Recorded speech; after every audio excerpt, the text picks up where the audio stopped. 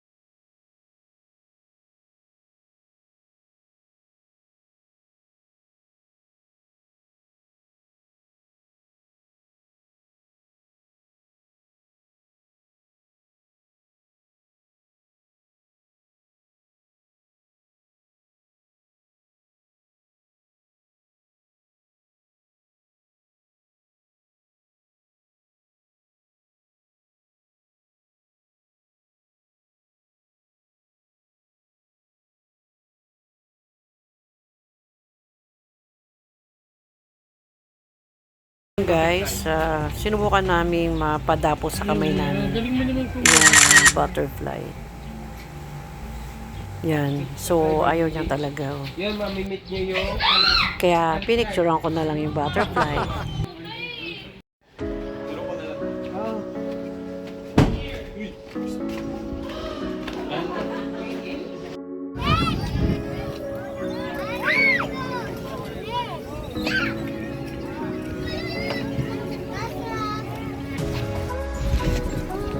Nasa park naman kami. Yan. Tingnan namin kung ano meron dito sa park nila. Naman guys, maganda po yung park nila. Maganda po siya. 100 pesos na yan, lahat. Ito ah.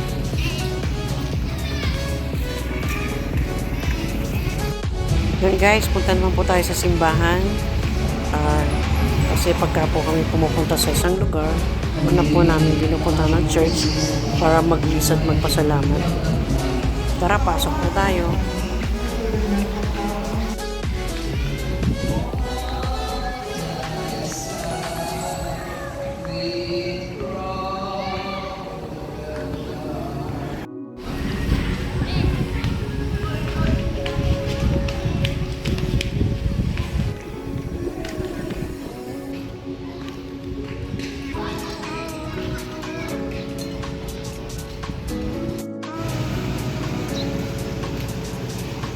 Punta naman po tayo sa Plaza de Cuartel. Yan po. Malapit lang po sa church.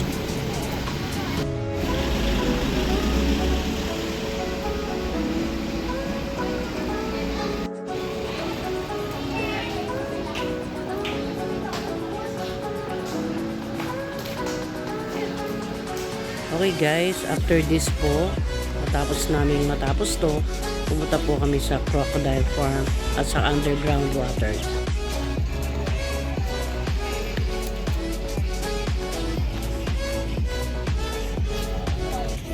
Yan po, papasok na kami.